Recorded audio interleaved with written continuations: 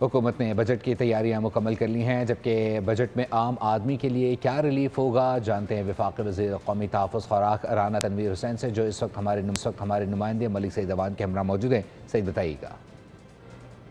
जी बिल्कुल मौजूद हैं वफाकी वज़ीर national food security Rana Tanveer साहब। इनसे जानते हैं कि ये बजट में क्या तजवीज़ ला रहे हैं, क्या आसानियाँ लोगों के लिए पैदा करें। देखिए, प्राइम मिनिस्टर साहब की कोशिश है, शहबाज साहब की, कि जितना भी हम रिलीफ दे सकते हैं आवाम को, आम आदमी को दें।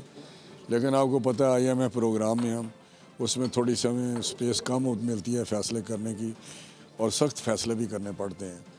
और पीछे जो गल्फ़ वार थी, जो खलीजी ममालिक थे, जहाँ जंग हुई ईरान की और इसराइल की, उसकी वजह से हमें बर्डन और भी आया। जो एनर्जी की प्राइसेस थी वो भी बढ़ी और उनकी शार्टेज भी हुई, तो उस वजह से हमें थोड़ा सा इस वक्त डिफ़िकल्टी है। लेकिन फिर भी कोशिश है हमारी मुकम्मल तौर पे कि किस तरह हम इनको आम आदमी को रिलीफ दें। और इंशाल्लाह देखेंगे जब बजट आएगा तो काफ़ी चीज़ें उसमें आपको नज़र आएंगी, जैसे आम आदमी की ज़िंदगी में थोड़ी आसानी पैदा हो जाएगी। अच्छा सर, फूड सिक्योरिटी के हवाले से क्या इकदाम होने जा रहे हैं? फूड सिक्योरिटी में अल्हम्दुलिल्लाह हम बड़े ठीक हैं। देखें, हमारे पास बहुत सारे हमारे फसलें हैं जो सरप्लस हैं, एक्सपोर्ट भी करते हैं। जिस तरह राइस है, मेज़ है, हमारा मीट बाहर जा रहा है।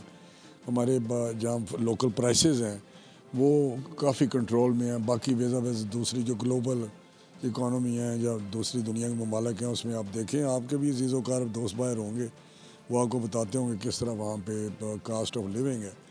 तो मैं समझता हूँ कि फिर भी यहाँ फूड सिक्योरिटी चैलेंज बना हुआ है ग्लोबली। सारी दुनिया को इस वक्त सबसे ज़्यादा है इशू फूड सिक्योरिटी का, उस पर बहुत फोकस्ड है।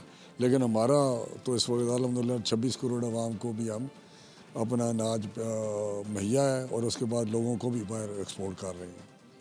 जी बिल्कुल, वफाकी वज़ीर का यही कहना था कि मुल्क क्योंकि IMF का प्रोग्राम है इसलिए बजट इंतहाई मुश्किल है, लेकिन हम कोशिश कर रहे हैं कि आवाम को ज़्यादा से ज़्यादा रिलीफ दिया जाए। जी बहुत शुक्रिया अपडेट करने के लिए।